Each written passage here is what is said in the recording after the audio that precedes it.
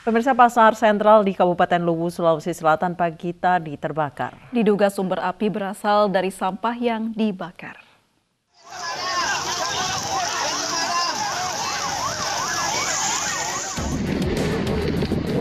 Woi, tolong itu!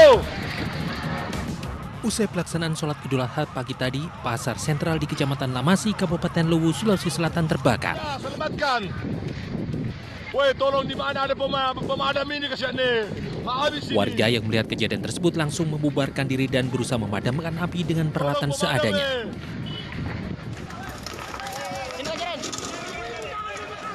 Kencangnya tiupan api membuat warga kesulitan memadamkan api. Lokasi kebakaran yang jauh dari kota membuat mobil pemadam kebakaran butuh 30 menit tiba di lokasi kebakaran. Belum diketahui secara pasti penyebab kebakaran, namun diduga sumber api berasal dari sampah yang dibakar. Dari Kabupaten Luwu, Sulawesi Selatan, Nasruddin Rubak, iNews melaporkan.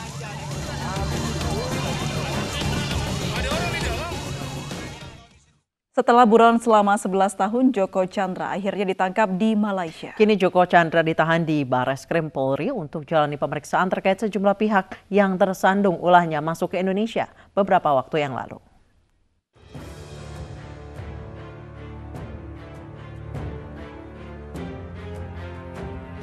Buronan kasus korupsi perkara hak tagih Bank Bali Joko Chandra ditangkap polisi.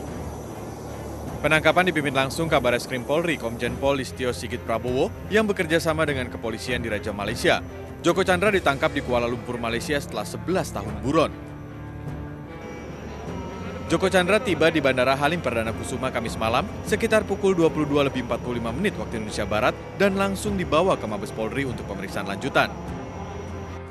Kondisi kesehatan Joko Chandra juga dicek untuk memastikan saat diperiksa Joko Chandra dalam keadaan sehat. Kabareskrim menyatakan penangkapan Joko Chandra merupakan perintah Presiden. Dari hasil penyelidikan, Joko Chandra berada di Malaysia. Proses komunikasi kepolisian Indonesia dan Malaysia berjalan selama 2 minggu hingga akhirnya Joko Chandra ditangkap. Bapak Presiden memerintahkan kepada Kapolri untuk segera mencari dan menangkap Saudara Joko Chandra dimanapun berada, dan menuntaskan kasus yang terjadi selama yang bersangkutan masuk. Atas perintah tersebut, Bapak Kapolri kemudian membentuk tim dipimpin oleh saya selaku Kabareskrim, Kadifopam, rekan-rekan dari Bareskrim, untuk kemudian menindaklanjuti perintah tersebut. Joko Chandra semestinya berada di dalam sel sejak tahun 2009. Saat itu Joko Chandra dijerat perkara kasus hak tagih Bank Bali dengan hukuman 2 tahun penjara dan denda 15 juta. Namun pria berjulukan Joker ini kabur ke luar negeri. Sementara itu Brigjen Pol Prasetyo Utomo juga ditahan di Bareskrim sejak malam tadi. Sebelumnya Brigjen Prasetyo dicopot dari jabatannya sebagai Kepala Biro Koordinasi dan Pengawasan Penyidik Pegawai Negeri Sipil. Penahanan Prasetyo berdasarkan pengakuannya yang menolong Joko Chandra untuk membuat surat jalan. Proses sidang etik di internal Korps Bayangkara segera dilaksanakan. Tim Liputan iNews melaporkan. Setelah membuat geger tanah air sepanjang bulan Juli, Joko Chandra kini sudah mendekam di sel tahanan Mabes Polri. Ditangkap di Kuala Lumpur, Malaysia, sang buron kini harus mendekam di penjara 2 tahun sesuai vonis hakim 11 tahun lalu.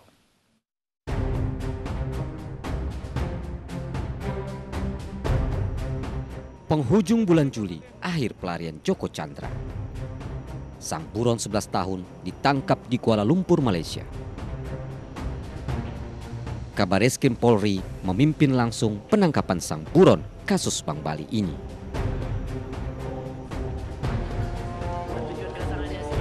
Penangkapan Joko Chandra bersamaan dengan penetapan status tersangka sang pengacara Anita Kolopaki. Mabes Polri menganggap Anita memalsukan surat jalan dari polisi saat sang buron berkunjung ke tanah air Mei dan Juni silam. Saat itu, Joko Chandra bisa bebas melenggang membuat EKTP dan paspor di Jakarta, serta menumpang jet pribadi ke Pontianak sebelum akhirnya lari kembali ke Kuala Lumpur, Malaysia. Langkah polisi menangkap Joko Chandra dan menetapkan tersangka pengacaranya hanya berselang 1 hari setelah Hakim Pengadilan Negeri Jakarta Selatan menolak peninjauan kembali kasusnya. Pasalnya, Joko Chandra tak pernah hadir meski sidang berkali-kali ditunda. Joko Chandra mengaku sakit dan sempat meminta sidang berlangsung online. Hakim tegas menolak. Joko Chandra sempat membuat geger tanah air sepanjang Juli ini. 3 institusi negeri ini saling lempar tanggung jawab karena tak ingin jadi sasaran kritik saat ia bebas berkeliaran keluar masuk Indonesia. Jadi ada batas waktunya 5 tahun. Dan tadi di artikel 51 delete by system. Nah itu. Red notice bisa dihapus, tentu siapa yang meminta? Yang meminta kan kami. Nah, saya tidak tahu apakah red notice yang dikatakan terhapus di sistem itu seperti apa, kami tidak tahu. Tetapi sepanjang pengetahuan kami yang meminta, apabila itu belum tertangkap, maka pengetahuan kami adalah masih diperlukan red notice itu. 3 jenderal di Mabes Polri kena getah, dicopot dari jabatannya. Brigadir Jenderal Prasetyo Utomo dicopot dari jabatan Kepala Biro Koordinasi dan Pengawasan PPNS Bareskrim Polri. Inspektur Jenderal Napoleon Bonaparte dicopot dari jabatan Kepala Divisi Hubungan Internasional.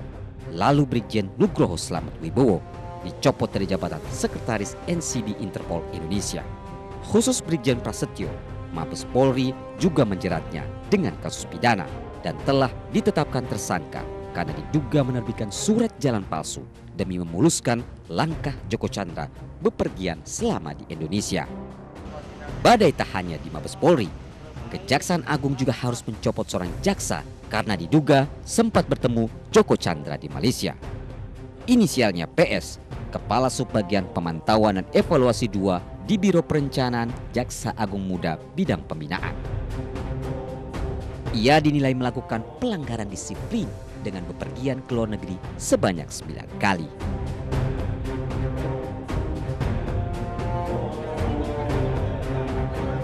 Kini Joko Chandra berada di tangan Mabes Polri. Ia harus mempertanggungjawabkan vonis Mahkamah Agung 2 tahun penjara di tahun 2009.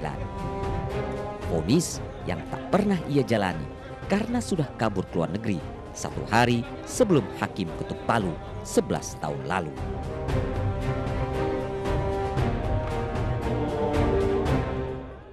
Polisi masih terus menyelidiki kasus prostitusi yang melibatkan artis FTV Fernita Syabila. Polisi sedang memastikan apakah ada dugaan pelanggaran Undang-Undang ITE dalam kasus prostitusi di Lampung.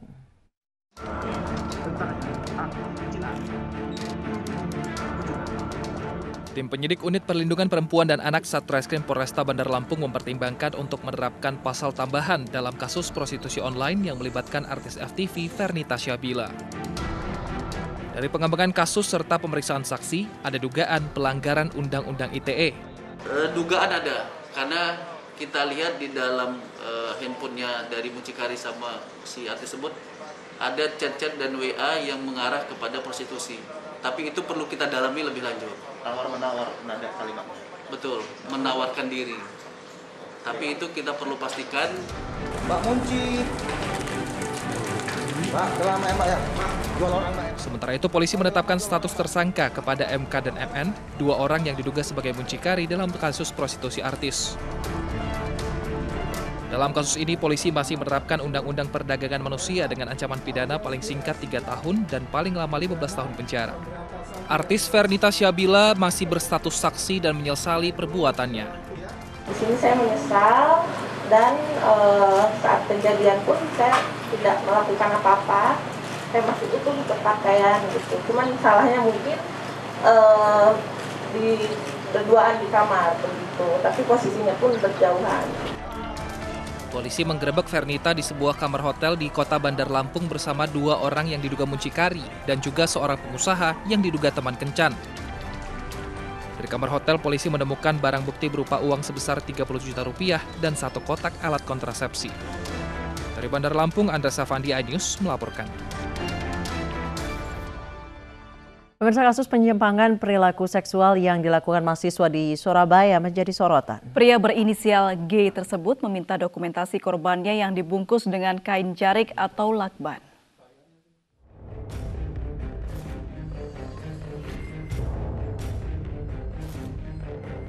Seorang mahasiswa pelaku penyimpangan seksual menghebohkan dunia maya. Mahasiswa berinisial GA diduga melecehkan korbannya dengan modus penelitian tugas akhir bertema bungkus-membungkus.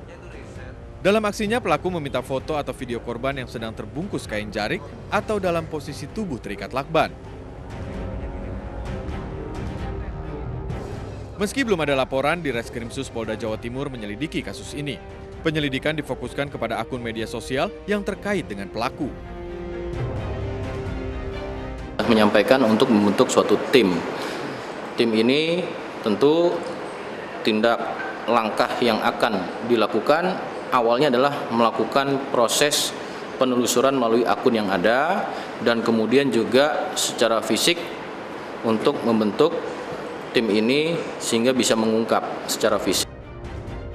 Sementara itu, pihak Universitas Airlangga mengakui pelaku adalah mahasiswa Fakultas Ilmu Budaya Angkatan 2015.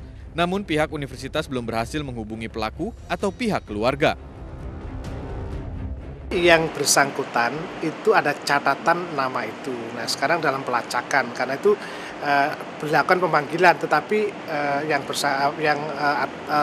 oknum yang itu dihubungi, semua kontaknya tidak bisa dihubungi, orang tuanya juga tidak dihubungi. Jadi dia anak luar Surabaya ya, dari kos di Surabaya.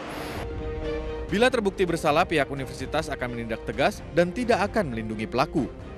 Unair juga membuka posko pengaduan di Fakultas Ilmu Budaya bagi korban yang ingin melapor. Dari Surabaya, Jawa Timur, Yuda Prawira, iNews melaporkan. Gibran Raka Buming Raka sambut baik munculnya Bajo, Pangeran dan Putri Keraton Solo dalam pemilihan Wali Kota Solo. Informasi selengkapnya akan kami hadirkan usai jeda berikut, tetap di iNews Sore.